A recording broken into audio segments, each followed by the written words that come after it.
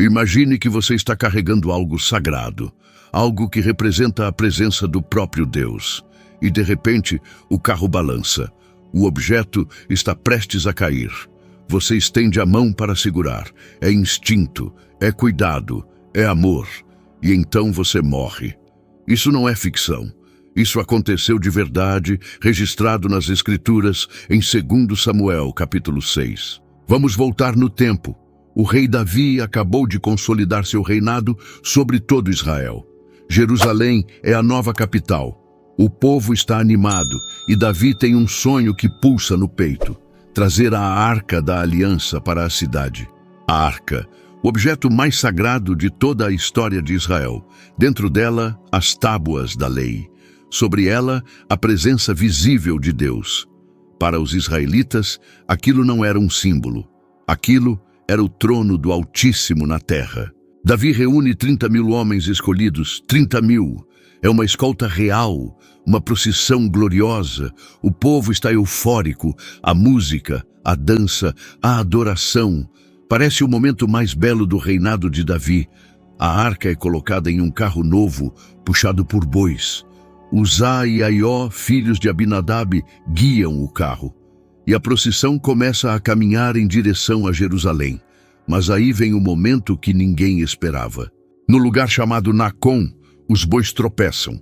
O carro estremece, a arca balança, e Uzá, num reflexo imediato, estende a mão e segura a arca para que ela não caia, e Deus o fere ali mesmo. Na hora, Uzá cai morto ao lado da arca. Silêncio, a música para, a dança para, 30.000 pessoas param, e ninguém entende o que acabou de acontecer. Davi fica com raiva.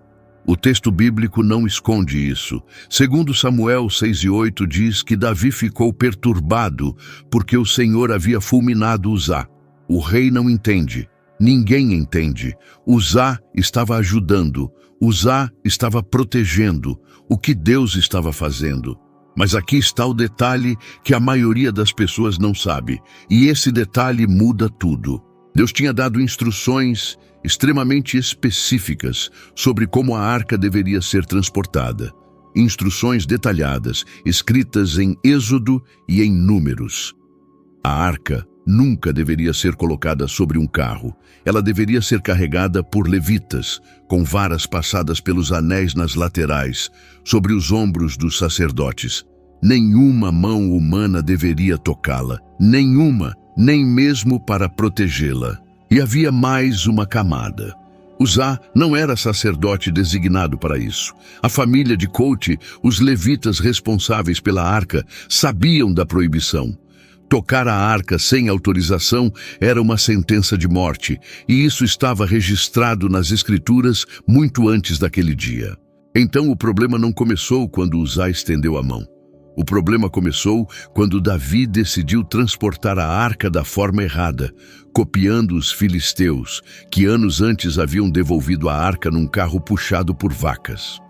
Davi não consultou as Escrituras.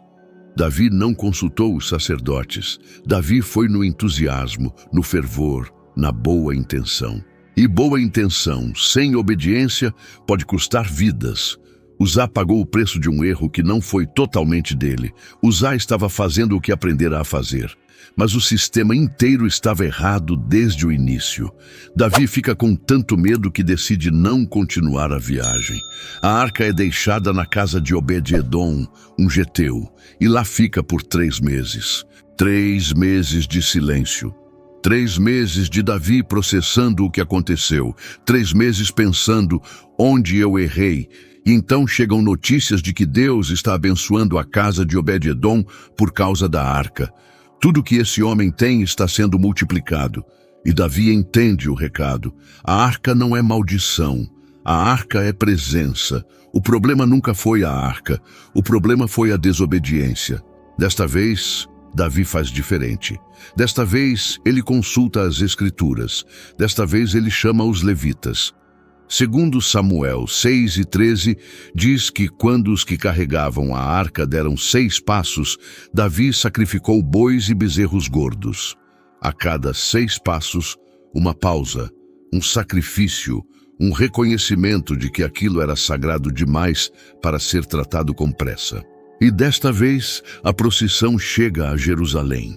E Davi dança diante do Senhor com toda a sua força, com tanta intensidade que sua própria esposa o despreza por isso. Mas ele não para, porque agora ele entende o que estava em jogo. Então, o que essa história nos diz? Ela nos diz que Deus não mede intenções isoladas do contexto. Uzá tinha boa intenção, Davi tinha boa intenção. Mas Deus havia dado um padrão, e o padrão importa. Não porque Deus é cruel, mas porque o padrão revela algo sobre quem Deus é. A santidade de Deus não negocia conveniência. A presença de Deus não é tratada como qualquer coisa. Ela também nos diz que quando erramos, mesmo sem perceber, as consequências são reais. Mas Deus não abandona. Davi voltou, Davi corrigiu, e a arca chegou onde deveria chegar. E nos diz, talvez o ponto mais desafiador de todos, que fervor sem conhecimento é perigoso. Servir a Deus com emoção é lindo, mas servir a Deus com emoção e com obediência à palavra é transformador. A morte de Uzá é perturbadora. Ela é perturbadora porque deveria ser. Deus não deixou aquele dia passar em silêncio porque queria que todos soubessem. A minha presença é real e minha palavra sobre como me aproximar não é sugestão. E essa mensagem ressoa até hoje, porque ainda há pessoas que se aproximam de Deus com entusiasmo genuíno, mas sem compromisso com o que Ele disse. Ainda há igrejas que constroem carros novos quando Deus pediu ombros. Ainda há cristãos que substituem a obediência pela criatividade, a palavra pela tradição, a reverência pela familiaridade. A história de Uzá não é para nos encher de medo, é para nos encher de respeito, o tipo de respeito que faz você abrir a Bíblia antes de tomar uma decisão. O tipo de respeito que faz você perguntar: Deus, como o Senhor quer isso? Em vez de Deus, olha o quanto eu estou me esforçando. Se essa história te fez pensar, se ela te fez questionar algo na sua caminhada, compartilha esse vídeo com alguém que precisa ouvir. Inscreva-se no canal para não perder as próximas histórias, porque a Bíblia está cheia de momentos assim, momentos que parecem difíceis de entender, mas que quando a gente aprofunda, revelam um Deus muito mais real, muito mais sério e muito mais misericordioso do que imaginamos. Até a próxima história.